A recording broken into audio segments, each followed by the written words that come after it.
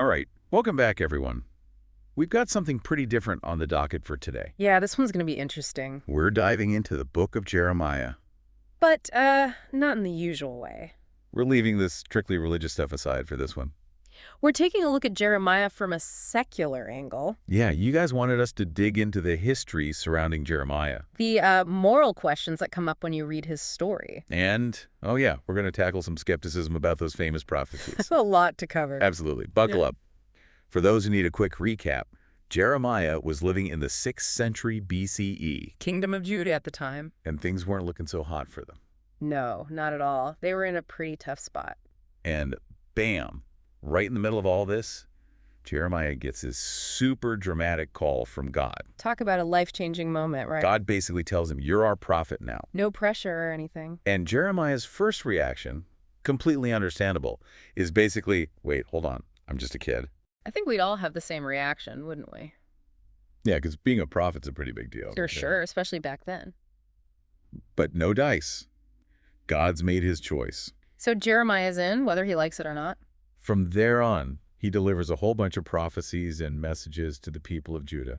And a lot of those messages, yeah, they were warnings, like big-time warnings. And we have to remember, those warnings were being given at a time when the Babylonian Empire was expanding like crazy. Oh, yeah, they were conquering everything in sight. Nations were falling left and right. And guess who was right in their path? Judah. Not a good place to be. Nope. And here's the thing. We actually have historical records from Babylonian sources that confirm all this. So that adds another layer of intrigue, doesn't it? Definitely. It gives Jeremiah's story some serious historical weight. We're not just talking about some mythical tale here.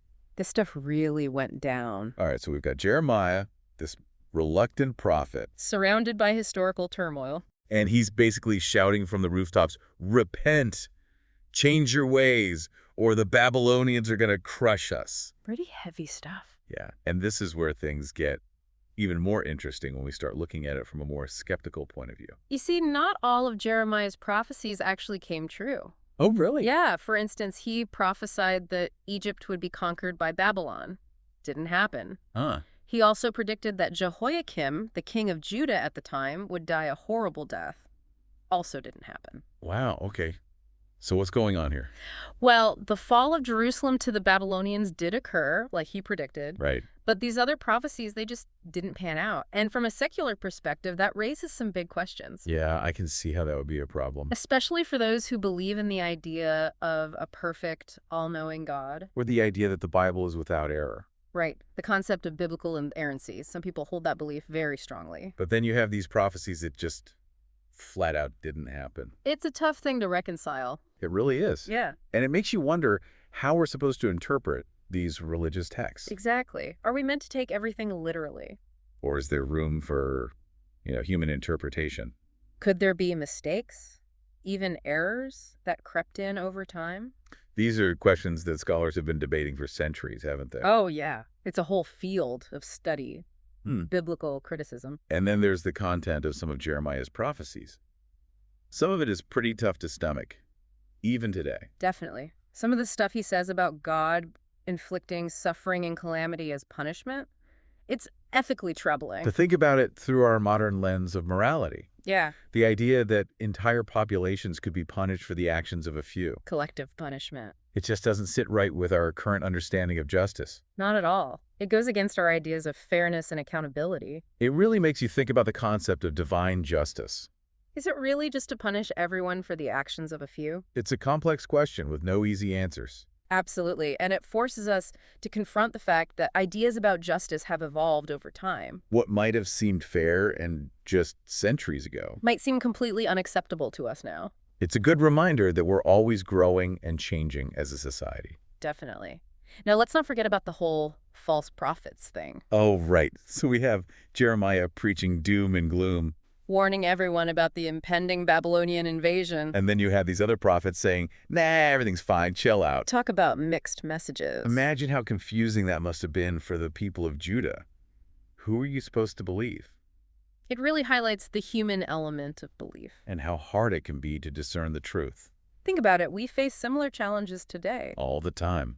We're bombarded with information from every direction. Social media, news outlets, politicians. It can be so hard to figure out what's real and what's not. Who's a legitimate authority and who's just trying to manipulate you? It's a constant struggle. Absolutely. And this is where critical thinking comes in.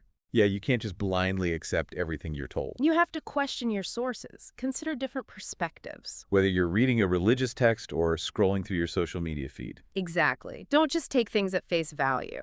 It's like trying to solve a historical puzzle. Some pieces fit perfectly. Like the Babylonian siege of Jerusalem. We have archaeological evidence for that. Right. But then there are other pieces that are missing or just don't quite line up. And that's what makes studying these ancient texts so fascinating. It's a constant process of discovery. We can use historical evidence and critical analysis to try to piece together a more complete picture. But there will always be gaps in our knowledge. Unsolved mysteries, unanswered questions. Like, where does history end and faith begin? That's a question each of us has to wrestle with.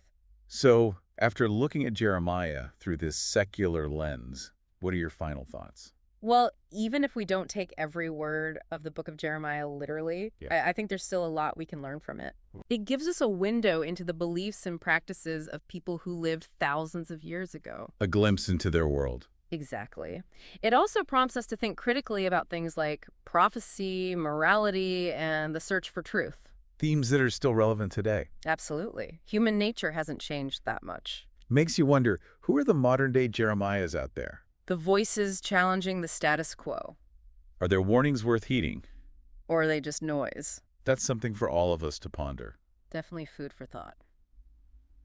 All right, everyone, that's all the time we have for today. Until next time. Keep those brains buzzing.